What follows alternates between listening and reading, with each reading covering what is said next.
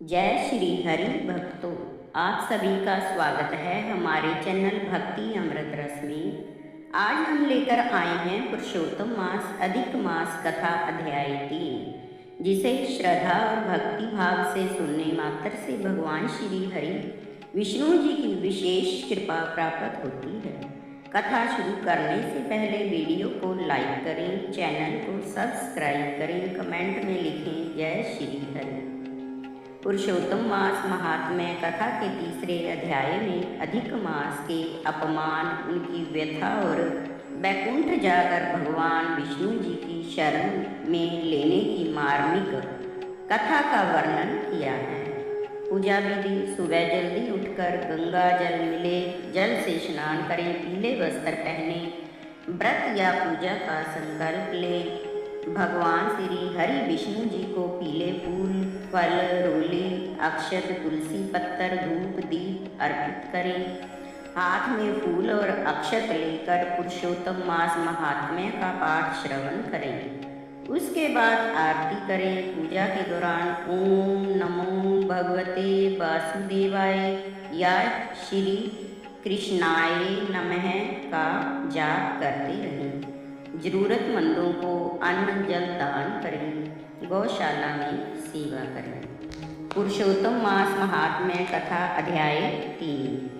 नैमिषारण्य में बैठे ऋषियों ने सूत जी से विनम्रता पूर्वक कहा, हे महाभाग भगवान नारायण ने नारद जी से जो शुभ और रहस्यमय वचन कहे उन्हें हमें विस्तार से सुनाइए। सूत जी बोले, हे श्रेष्ठ ब्राह्मणों, मैं वही कथा सुनाता हूँ जैसी मैंने सुनी है, ध्यान पूर्वक सुनिए। भगवान नारायण बोले, हे नारद, पहले एक पुरातन प्रसंग सुनो जो स्वयं श्री कृष्ण ने धर्मराज और युधिष्ठिर से कहा था। एक समय की बात है, धूत क्रीड़ा में छल पूर्वक हार कर युधिष्ठिर और उनके भाई पांडव अपना राज्य खो बैठे। सबके सामने द्रौपदी का अपमान हुआ। दुष्ट दुशासन ने उसके केश पकड़कर उसे सभा में घसीटा और उसके वस्त्र उतारने का प्रयास किया। उस संकट की घड़ी में भगवान श्री कृष्ण ने उनकी लाज की रक्षा की। इसके बाद पांडव वनवास को चले गए और काम्य वन में रहने लगे। वहाँ वे अत्यंत कष्ट में जीवन बिताते थे।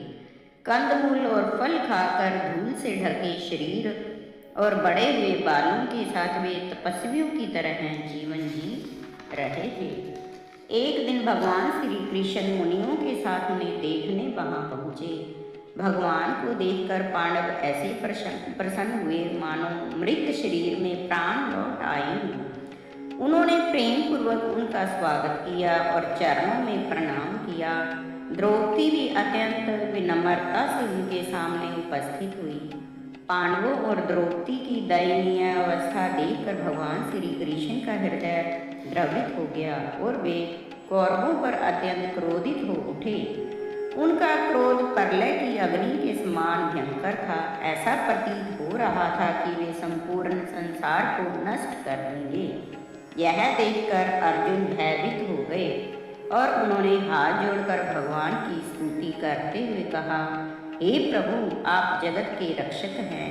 एक के अपराध के कारण संपूर्ण सृष्टि का नाश करना उचित नहीं है। जैसे कोई मच्छरों को मारने के लिए अपना घर नहीं जलाता, वैसे ही आप भी क्रोध को शांत करें।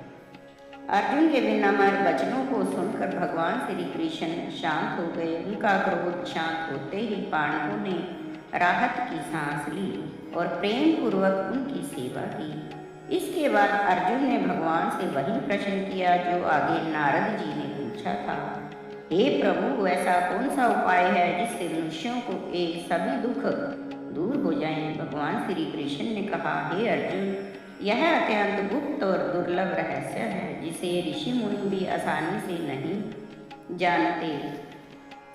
फिर भी तुम्हारे प्रेम और भक्ति के कारण मैं तुम्हें बताता हूँ। उन्होंने आगे समझाया कि इस सृष्टि में हर वस्तु जैसे समय, मास, ऋतु, नदियाँ, पर्वत, वन, औषधियाँ सबके अपने अपने अधिष्ट देवता होते हैं।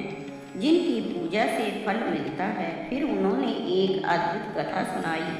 एक बार एक अधिक मास उत्पन्न हुआ, लेकिन उसमें सूर्य की संक्रांति नहीं होने के कारण सभी लोगों ने उसे तुच्छ और अशुभ मान लिया। उसे मल मास कहकर अपमानित किया। इस तिरस्कार से वह मास अत्यंत दुखी और निराश हो गया। अंततः वह भगवान विष्णु जी की शरण में बैकुंठ पहुंचा। वहां भगवान को दिव्य सिंहासन पर विराजमान देखकर उसने अश्रुपूर्वक नेत्रों से साष्टांग प्रणाम किया और अपने दुख को व्यक्त करने के लिए विनती की।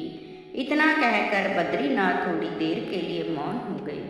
जब नारद जी ने उत्सुक होकर पूछा, हे प्रभु, उस अधिक मास ने भगवान के सामने क्या कहा? जय श्री हरि विष्णु जी।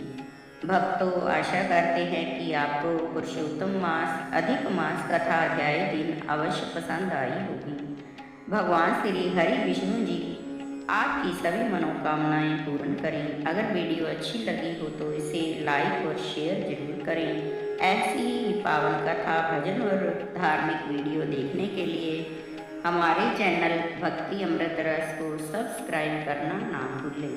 धन्यवाद। जय श्री हरि विष्णु जी। जय पुरुषोत्तम भगवान।